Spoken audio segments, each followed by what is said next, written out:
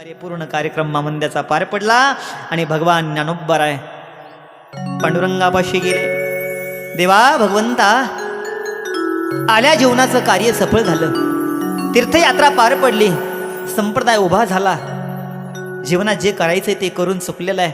आता फार काळ थांबण्यात काही मजा नाही. माझ्या जाण्याचं वय आता झालेलं आहे, वेळ आता झालेली आहे. पांडुरंगा, आपल्या आज्ञेची वाट पाहतोय, आपल्या चरणाशी मला जागा द्या. भगवान पांडुरंग म्हणतात, ज्ञाना, तुम्ही नाथ संप्रदायाचे साधू आहात आणि तुमची जागा माझ्या पायाजवळ नाहीये. ज्ञाना, तुमची जागा ज्या ठिकाणी शिवालय आहे, ज्या ठिकाणी महादेवाचं ठिकाण आहे, त्या ठिकाणी तुमचं जागा ठरलेली आहे. तुम्ही साधू आहात, निवृत्तीनाथ, सोपान, मुक्ताई, ज्ञाना, तुमच्या जागा पूर्वीच ठरलेल्या आहेत. नाही का, एकदा नाही तर अनेक वेळा तुम्ही त्या ठिकाणी जाऊन समाधी घेतलेली आहे. म्हणून ज्ञानोबा, तुमची जागा पुणे जिल्ह्यामध्ये आळंदी क्षेत्राच्या ठिकाणी इंद्रायणीच्या काठावर आणि सिद्धेश्वरांच्या मंदिराच्या समोर नंदीच्या खाली तुमची जागा ठरलेली आहे. तिथे जा आणि समाधी घ्या. ज्ञानोबांनी देवाला मागणं मागितलं, देवा, आत्तापर्यंत जीवनामध्ये काही जर परमार्थ घडला असेल, त्या परमार्थाचं फल म्हणून आपण मला एकच द्या. ज्याप्रमाणे कार्तिकी शुद्ध वारीचा सोहळा तुमच्या पंढरपुरामध्ये असतो, तसाच कार्तिकी वद्यवारीचा सोहळा माझ्या आळंदीमध्ये व्हावा. शुद्ध वारी स्वामींकडे आणि वद्यवारी सेवकाकडे एवढा बहुमान मला मिळावा. देवाने तथास्तु म्हटलं. ज्ञानोबरायांना तो बहुमान दिला.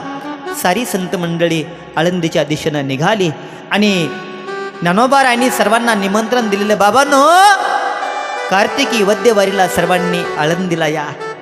साऱ्या वारकऱ्यांना निमंत्रण दिलंय आणि सर्व वारकरी आपापल्या घरी निघून गेले. मजल दर मजल करत करत ज्ञानोबा आदी करून मंडळी आळंदीला पोहोचली. तिथे गेल्यानंतर पाहता पाहता पाहता कार्तिकी वद्यवारीचा तो दिवस जवळ आलेला आहे. सारी संत मंडळी ठरल्याप्रमाणे ज्ञानोबाच्या निरोपाला धावून निघालेली आहेत. पंढरपुराहून सर्व वारकरी निघाले, महाराष्ट्रातून वारकरी निघाले. आणि पंढरपुराहून केवळ वारकरी नाही तर जगाचा मालक पांडुरंग परमात्मा तो सुद्धा निघालेला आहे.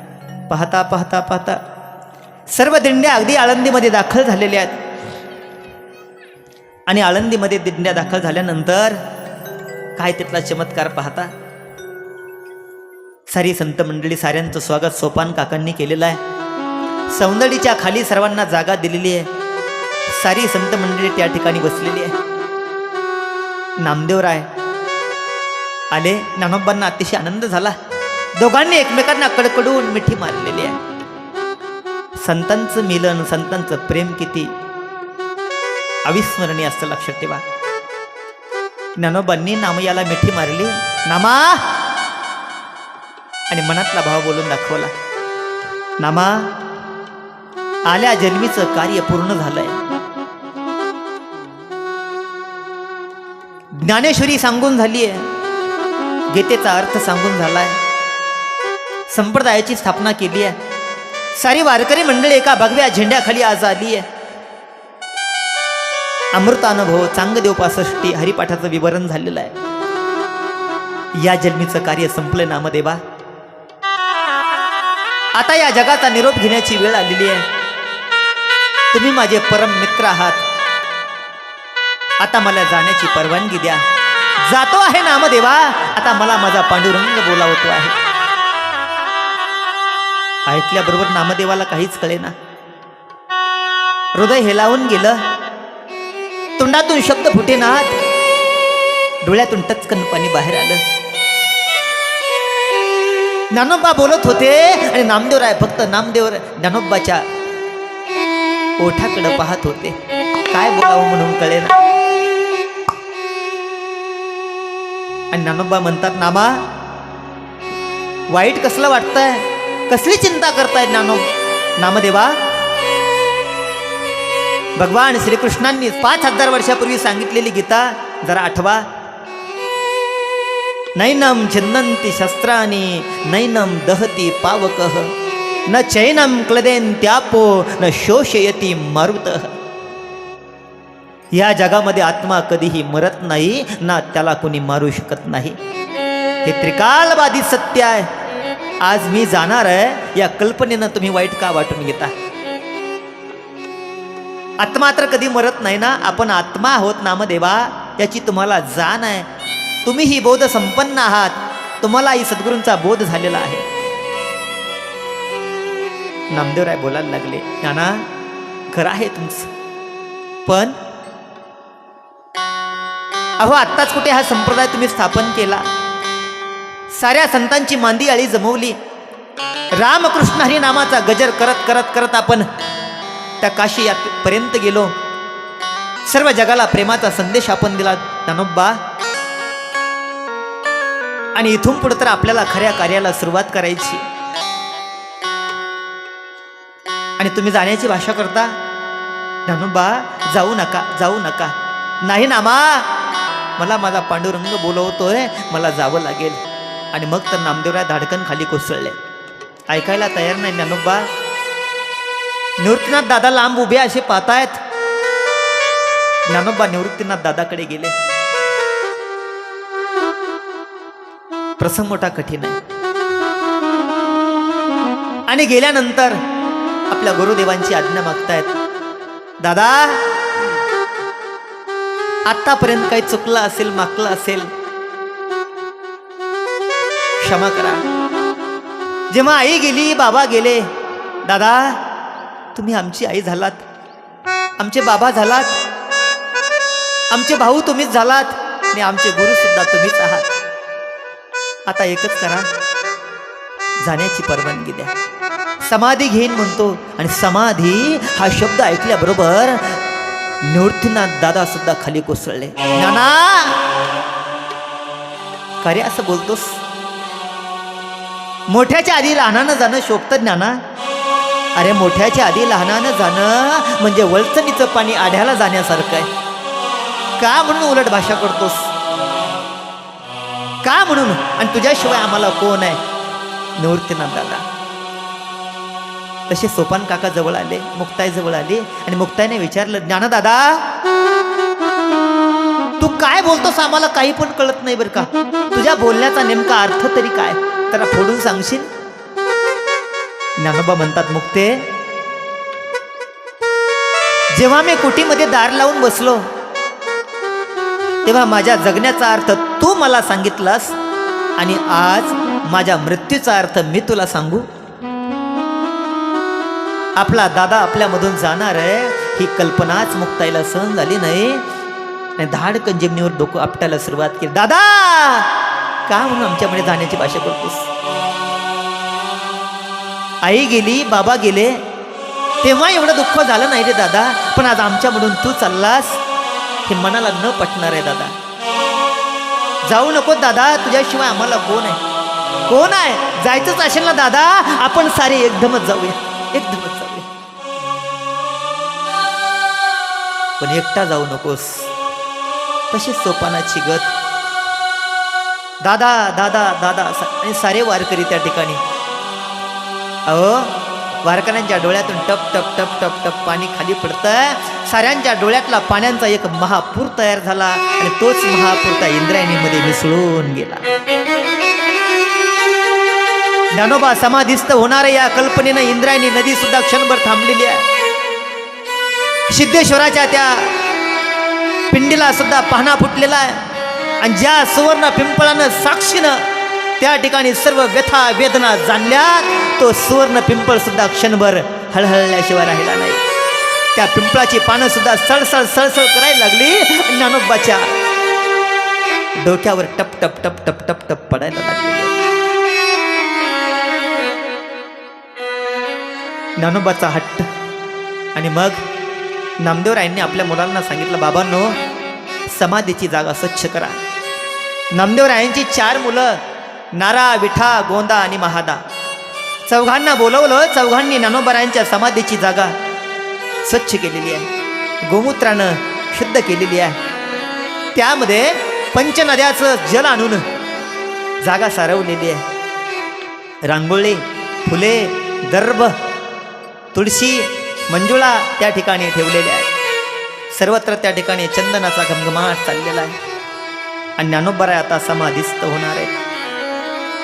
सारे जण गयावया करू लागले, ज्ञाना तुम्ही जाऊ नका, तुम्ही जाऊ नका, तुम्ही जाऊ नका.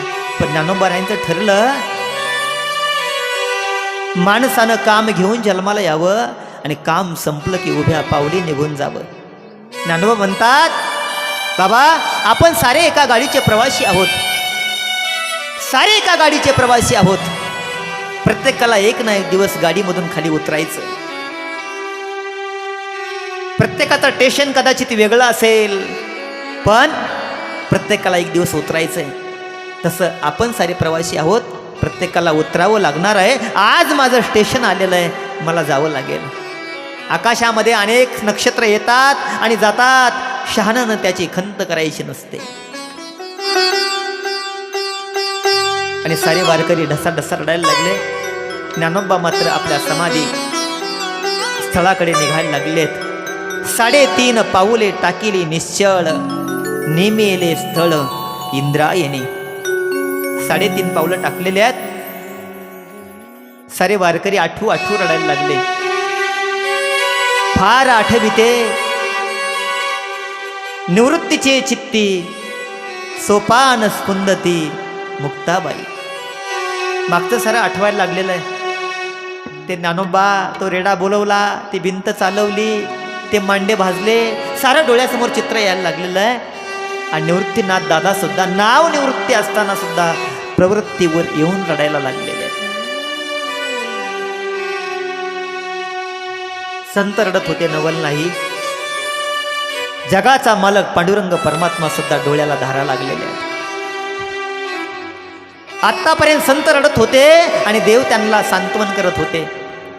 पण जेव्हा पांडुरंगाच्याही डोळ्याला धारा लागल्या तेव्हा रुक्मिणी माता जवळ आलेली आहे. देवा, अरे मायेमध्ये गुरफटलेल्या जगाला बाहेर काढण्याचं काम तुमचं आहे आणि आज तुम्हीच रडत बसलात. यांना कोण पाहणार?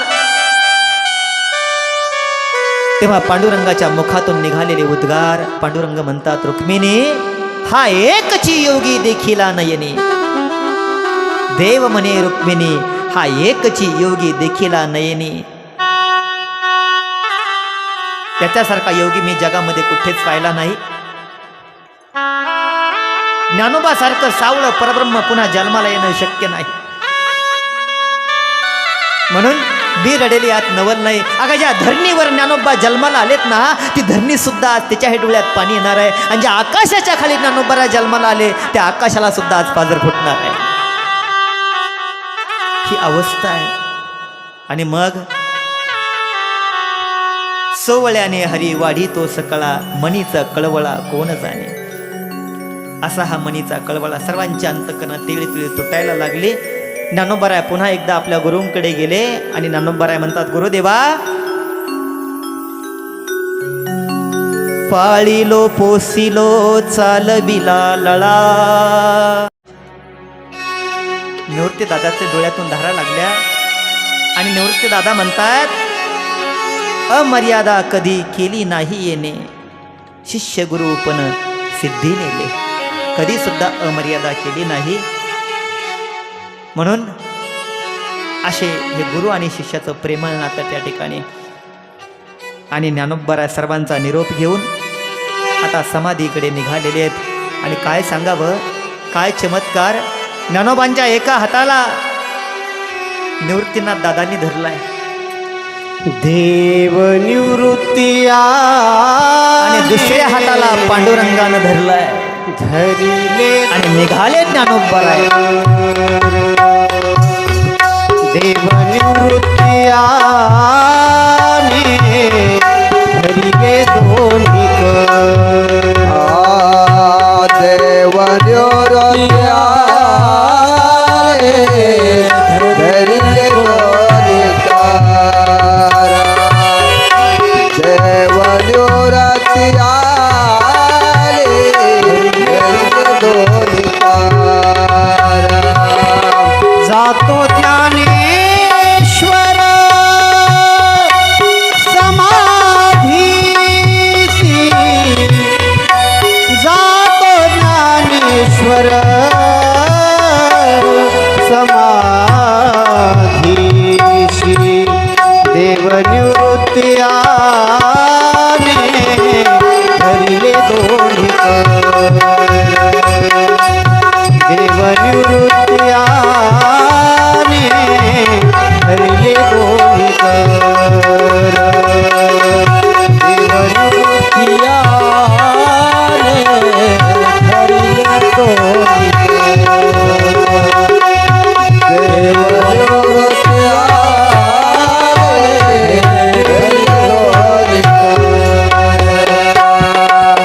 नदीची आमाशा घातले मागवण नदीची आमाशा घातले माझवण तैसे जडवण खवळले देवनिवृत्त्याने धरिले दोन्ही देवनिवृत्त्याने धरिले दोन्ही देवनिवृत्त्याने धरिले दोन्ही नाम म्हणे आता लोपला दिनकर नाम म्हणे लोपला दिनकर बाप ज्ञानेश्वर समाधीस्थ देवनिवृत्त्याने धरिले दोन्ही देवनिवृत्त्याने धरिले दोन्ही देवनिवृत्त्याने धरिले दोन्ही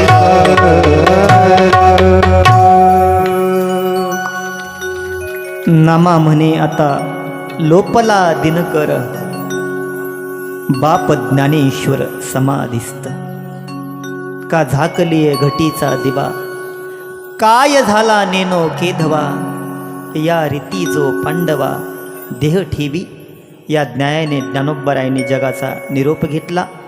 नामदेवरायांनी आपल्या हातानं त्या समाधी विभरावर शिळा लोटलेली आहे आणि तो काल शके 1288 कृष्ण पक्ष कार्तिक मासी गुरुवार त्रयोदशी समाधीशी बैसविले. शके 1218 कार्तिक वद्य त्रयोदशी वार गुरुवार दुपारी 2:30 वाजता ज्ञानोबराय समाधीस्थ झालेले आहेत आणि समाधीच्या वेळेला ज्ञानोबरायांचं वय 21 वर्ष 3 महिने 5 दिवस. इंग्रजी महिन्याप्रमाणे इसवी सन 25/10/1296 या साली ज्ञानोबरायांचा समाधी सोहळा.